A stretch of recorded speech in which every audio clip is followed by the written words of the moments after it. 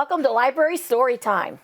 Our first story today is Stacy's Remarkable Books. I love all these stories about books and libraries. I think they're special. So let's see if we can get into this book and see what it's all about. There they are sitting under a tree outside reading a book. Pretty soon it'll be warm enough to do that, won't it? Mm-hmm. In books, she could pretend to be good at everything, like making new friends and trying new things. When she read books, she could be anyone, a magician or a superhero or a pirate sailing the high seas. But in real life, she was just Stacy. "Can I sit here too?" Stacy looked up and saw Julie, the new kid. They were both in Mrs. Blakely's class. She's being friendly. "Sure," Stacy said. "Want to read one of my books?" Julie shook her head. "No, thanks." "Do you like reading?" asked Stacy. "I love it." "I do too," said Julie, "but I'm not very good at reading in English yet." Stacy thought for a moment and smiled. "Today is your lucky today. Today is Thursday, Adventure Day." Wonder what that means. Adventure Day was her own special name for the day the whole class visited the library. Mrs. Blakely announced that it was the time to go back inside. "Come on," Stacy said to Julie. "After math, we'll be on our way." Soon the afternoon bell rang. Together, the class walked through the hallways to the library, the amazing room of books and magazines and computers and, best of all, stories.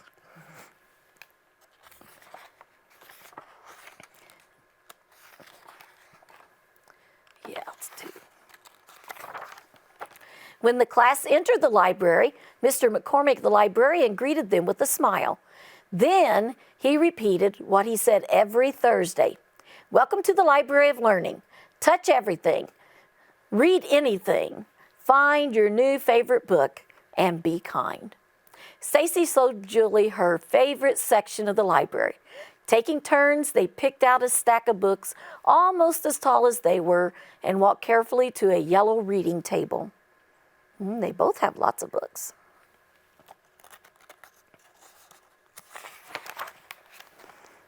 "Mr. McCormick says we can find answers to almost every problem in the library," Stacy said. "My mom and dad say reading well takes practice. Why don't we practice together?" "At home, I read in my family's language," Julie explained.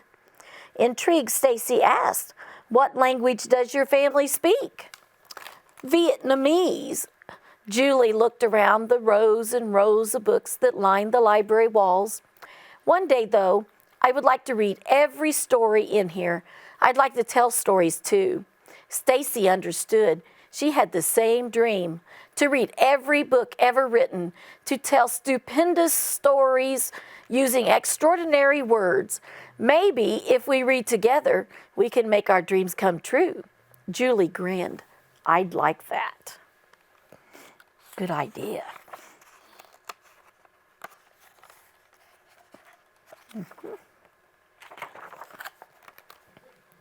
From then on, every Thursday, Stacy and Julie went on their own adventures.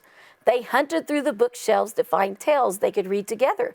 They giggled about an octopus who could play 8 instruments. Wow, that's pretty interesting. A mystery about a hidden sock gave them the chills. With each book, they took turns sounding out the words. If Julie stumbled, Stacy would help. One afternoon, Julie brought another student named Hattie to their table. Hattie's family had moved from Gambia the year before.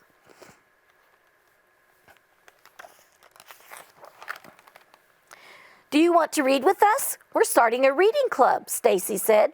"In our new book, we're floating in space with astronauts and applesauce."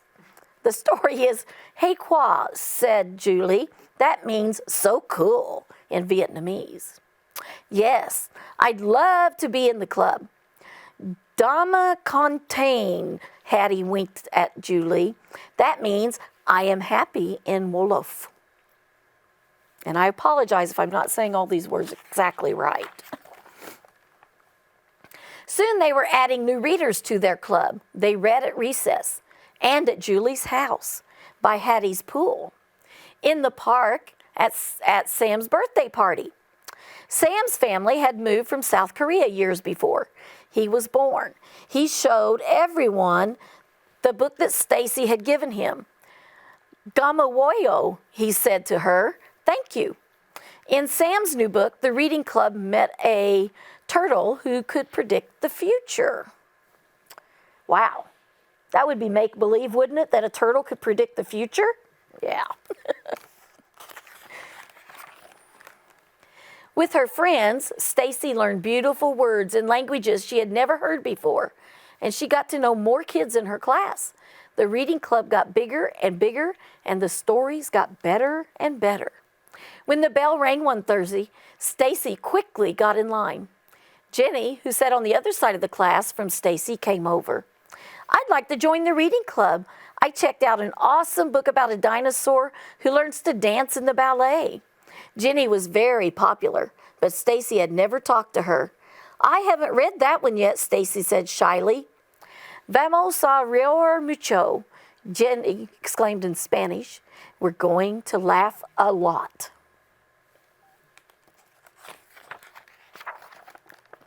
More and more kids began to join the reading club, like Michael, whose family came from Indonesia. Even kids from Miss B's class. Each brought their own words and different histories. Mr. McCormick got permission for the reading club to stay after school. He brought them special books written about where each of them was from or in the languages they spoke.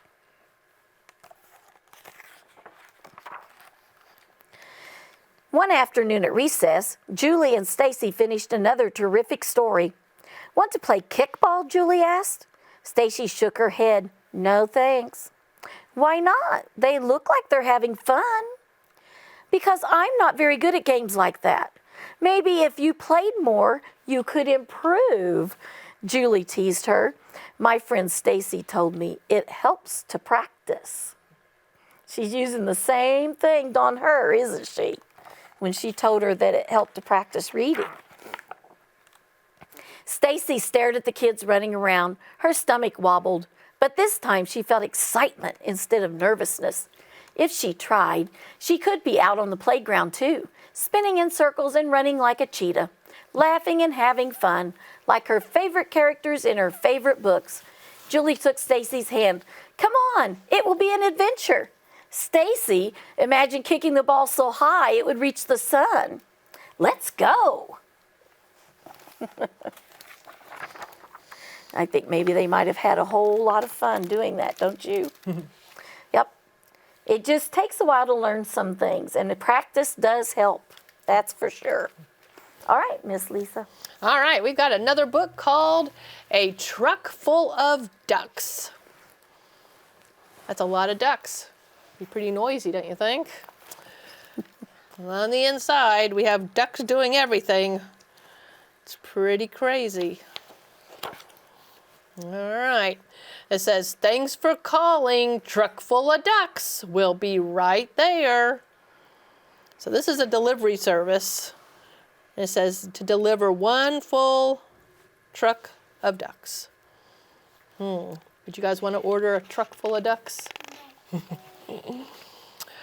Munch, munch, munch. Oh my, this first duck is eating the delivery notice. That's a big, full truck. This one's drinking something. This one's drinking something. This one's eating a donut. This one's listening to music. Oh no, the directions. Yep, so duck is eating the directions. Don't worry, ducks. We'll find the customer. That looks like a crazy road. Choo, choo, choo, choo, choo, choo. I wonder if they'll ever make it to their customer. Did you call for a truck full of ducks? A duck full of trucks, how's that? No, not me. I called for the mail truck. So look, this little guy is going to deliver his brother in the mail. Put a stamp up over his mouth. There comes the mail truck. So this little guy doesn't need the truck full of ducks? Did you call for the truck full of ducks? Duck truck? No, not me, buddy. I called for a dump truck. So he's wrecking, this building's under construction, and there's this wrecking ball coming up. And then the dump truck says, Humpty Dumpty had a great haul. Oh my, there's a lot to look at when you look at these pictures. He's using a jackhammer, that's why he's all like he can't talk very well.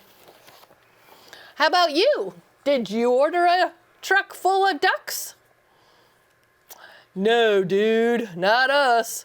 We called for the ice cream truck. So this surfboard right here says Surf Shark. And there's that shark. And we got this little pig in a floaty. That looks like some good ice cream. Who called for the truck full of ducks? I think they're treating the ducks all to ice cream. Look, that's my favorite, the chocolate chip sandwich. We got the bomb pop and the popsicle, the triple decker. Oh my goodness. This one's got Sadie's ice cream sandwiches. This one's got a snow cone with 4 different flavors. So who called for the truck full of ducks? Did you call for the truck full of ducks? Well, it wasn't me, matey. I called for a truck full of crackers, not quackers. So they looked for, here's his little boat. And look at all, these are Polly's crackers. So who's Polly? The parrot. The parrot's eating the crackers. That pirate needs a bunch of crackers, not a bunch of quackers. Where are these ducks going? How about you? Did you call for the truck full of ducks? Sorry, Earthling. I called for a tow truck. What happened to the alien? Says, keep back, I need my space. I guess it broke down. There's an alien puppy over there. 30,000 light years away, huh? That's where he has to tow it to. Says it's going to cost you. So when you have a tow truck, it costs every mile that you have to tow it. If it's going 30,000 light years, that's a big fine that you have to pay there. It says we'll tow anywhere. I don't know. I don't think that alien really meant it. Who called for a truck full of ducks? Says you're in luck. This is the last potty break for a long while. You know, if you're out on the interstate, there's only rest areas every so often. Look at these poor ducks. It looks like they have to use the restroom. They just had all that ice cream, right? Hurry up, ducks, hurry up. And then they're all coming out. This one wrapped himself up in the toilet paper. I look like a mummy. He does look like a mummy. Back in the truck. The talk.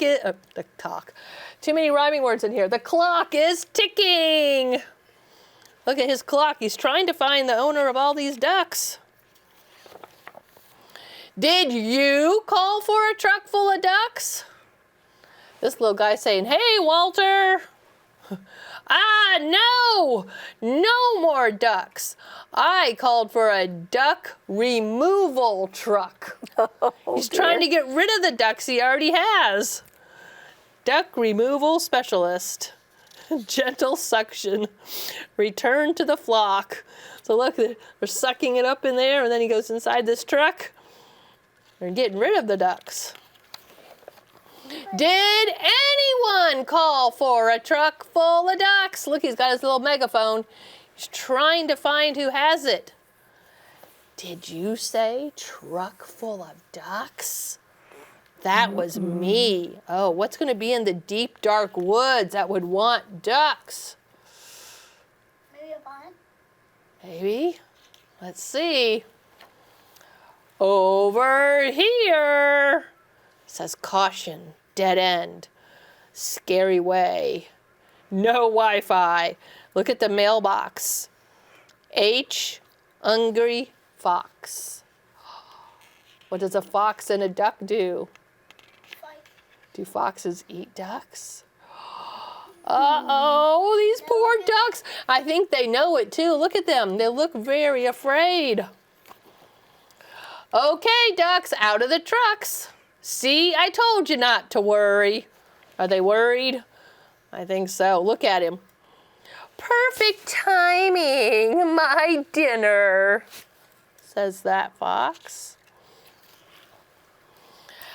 Is over. His dinner was over. It's time for his bath. So he wanted the ducks, looks like, instead of little rubber duckies, he wanted real ducks. It's bath time. Look, so now we have a van full of toucans. He says, you know it, Frank. There's a duck full of truck, or a truck full of ducks. I keep saying it backwards. But look, now they all have their bath outfits on. And so the toucans are going somewhere. Who wants a toucan? Thanks for calling. The truck full of ducks will be right there. So now they have another delivery. We don't know where to, but they're off again. You see the phone? The phone is actually a duck. There's a lot to look at in this picture, and he's got trophies over here. No ducks? For ducks, yeah. Anyway, that was an awesome book called A Truck Full of Ducks. Woo! So since we read about these truck full of ducks, we thought it would be a good idea to learn a little bit about trucks. So I'm going to give each of you guys 3 trucks. Here's 3 for you. And here's 3 for you. 3 for you. And then the last 3 go down there. So I'm going to name a truck. And then let's see if you guys look at your trucks, make sure you know what they are. All right. So the first one's easy. Who's got that pickup truck? Who's got just the plain old pickup truck? I think you have it. The pickup truck right there. Can you come put that up on our board? Pickup trucks. There's a lot of pickup trucks around Connorsville. There we go. They're not always all red, but they all have this bed where something can go inside it, right? So that's a pickup truck. My son used to sing this song called Pickup Truck, and he would be looking out the window and pointing to all the trucks and just saying pickup truck over and over again. It was pretty funny. All right. Who's got the snow plow? Now, we didn't have to use that this winter because we haven't had much snow at all. But you can tell a snow plow because it's got the plow at the front, which is going to push the snow off the road, right? All right. What about the dump truck? Who's got a dump truck? And dump all that dirt off when they're building a building site and they have to get the dirt out of the way? Yeah, that's a big dump truck, isn't it?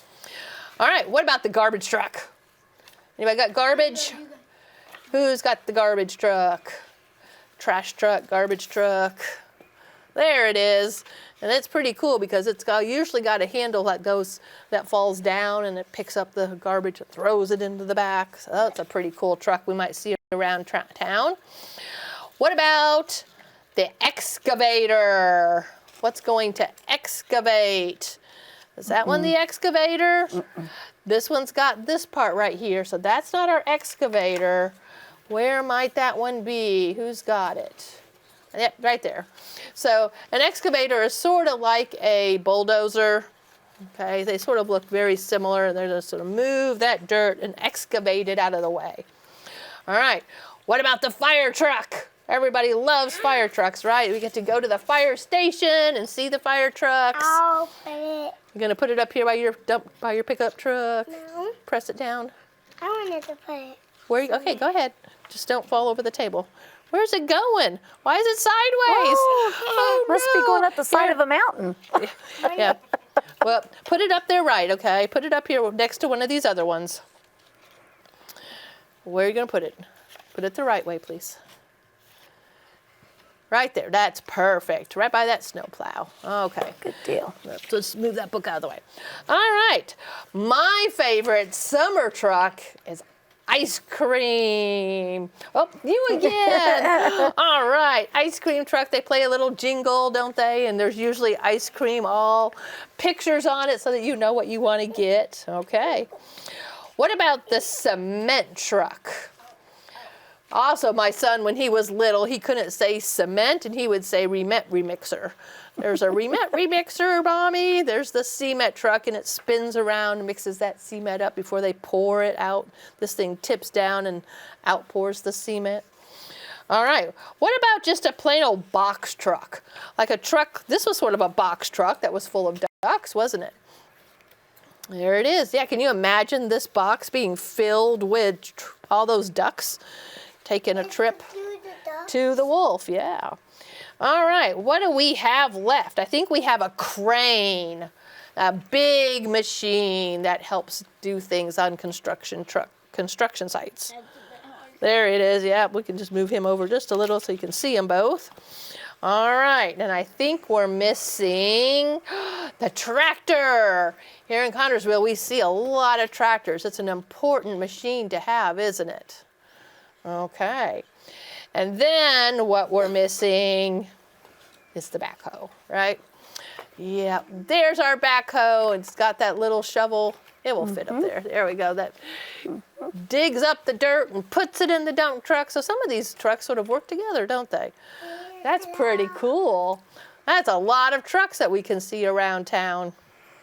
If you ever see a truck full of ducks, I wouldn't follow it because you might have to go into the scary woods to the foxes. No, I'm not going to do that. Are you? All right, we have another story today. Okay, we're going to do Head Over Tail, a Peter Rabbit story. See what kind of trouble Peter Rabbit gets into today. Because he normally is getting into trouble. It already looks like he's into trouble, doesn't it? Head over tail. And what kind of trouble is he getting into here? Mommy's got the clean sheets hanging on the line. And look at all those muddy prints on there. Looks like it's going to come down, doesn't it? Sure does. Once beneath the hillside, drenched in drips of summer rain, lived a fellow quite amazing with a very busy brain. And if you look quite closely, I think you'll see him too. 2 ears, some twitching whiskers, and a flash of something blue. There you can see him right there inside the window.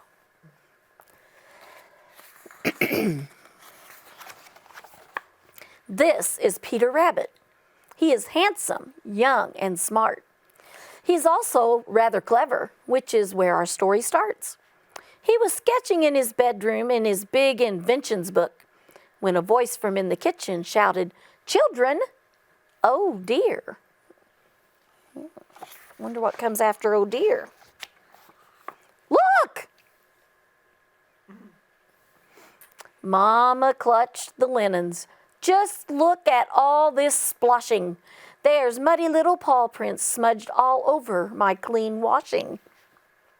Peter glanced quite sheepishly upon his grubby paws and thought perhaps, just maybe, he might have been the cause. "I'll help you," answered Peter.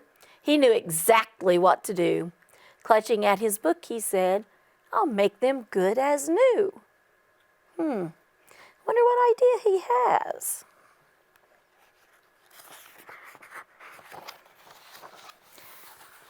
He had thought of an invention.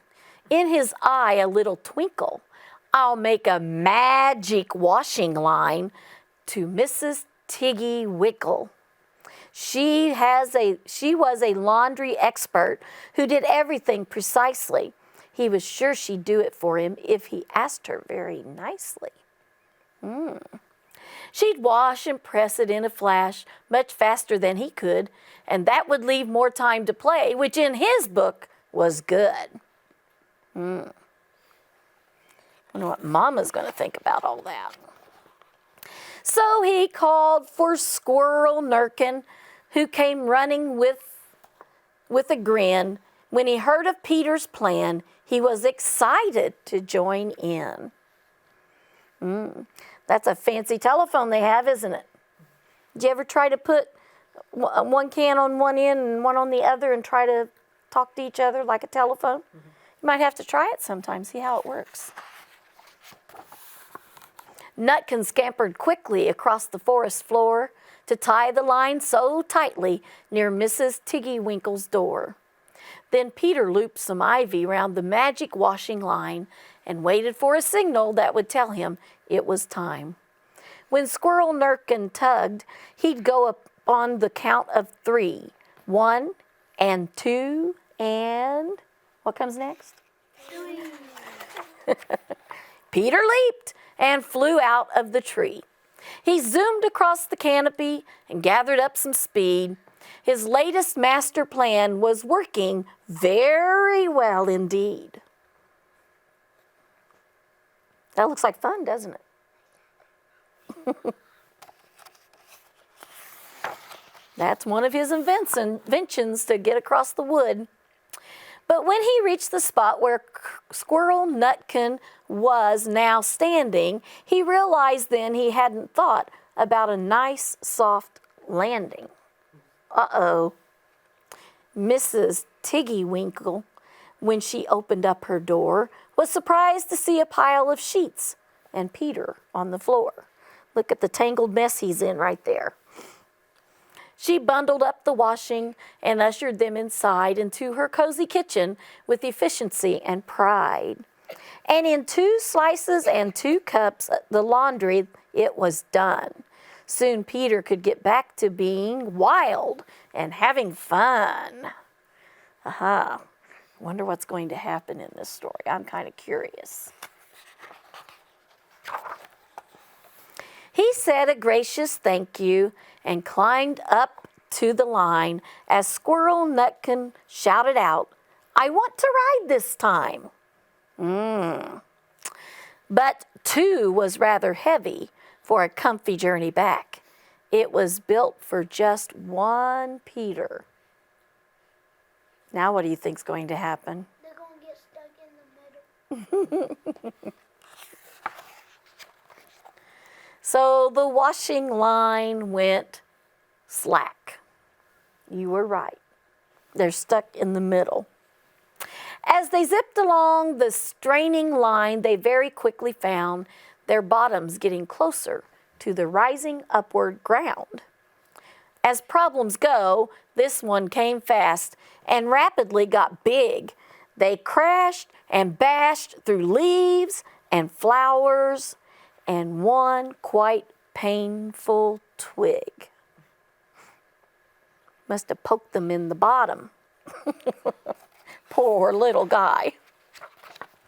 A bouncing ball of tails and ears, they rode along the ground. No sooner were they right way up, they'd be back upside down. All bundled up and spinning fast, it really was a muddle, one that kept on rolling them right through a muddy puddle. They rolled and rolled until they stopped at 2 familiar feet, probably the last ones Peter might have hoped to meet. Look at their blanket or their sheet now. And slowly as the sheets unfurled, they showed a rainbow mess. Peter thought about how best a rabbit should confess. He knew he was going to have to tell Mama what happened. But before the words had crossed his lips, his Mama Rabbit gasped.